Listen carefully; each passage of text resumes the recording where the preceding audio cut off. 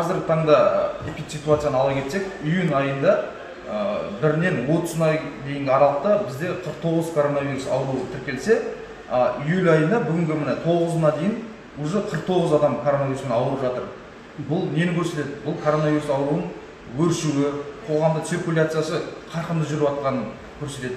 Қазіргі таңда біз коронавирус ауруын алдын алу үшін бізде мобильный бригада, мобильный топтар құрылған и фильтр кабинеттер құрылған.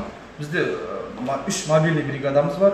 Осы коронавирус ауруының белгілері бар, ОРВИ, жіті респираторлы вирус пневмониямен ауырып жатқандар, температурамен ауырып жатқандарды үйінде отырып, бізге колл-центрге телефон соғып, біздің мобильный бригада үйіне барып қарап кетіп жатыр. Және де коронавируспен тіркелген аурулар, және близкий контактыларды 14 күн бойы карантинде ұстап, распискаларын алып, эпидситуацияны түсіндіріп, үйде шықпауын, қадағалауын, сол распискаларды алып, біздер қазір таңда жұмыстарымыз жатырмыз. Осы коронавирустың ауруының ары қарай таралмауын алдын алып, емдеп шығып жатырмыз.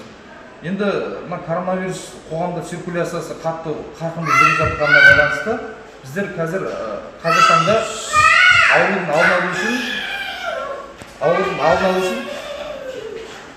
алдын алу үшін тек вакцина арқылы тоқтататынымызға көзіміз жетіп отыр. Қазір таңда бізде 4 вакцина келіп жатыр. Оның бірі Спутник V, российский вакцина, қазақстанский вакцина бар, Қазковид-ин деген, сосын арабский вакцина бар, Хаятвак деген, сосын қытайский вакцина бар, Арабияда өндірілетін Коронавак деген вакцина. Осы вакциналарды егіп жатырмыз. Қазір таңда бізде 6095 вакцина алып келсек, оның 5531-і бірінші компонентке вакцина егіліп жатырмыз. Остаток 564. Екінші компонентте 580 вакцина алып келсе, оның 3662 вакцинасы егіліп жатыр.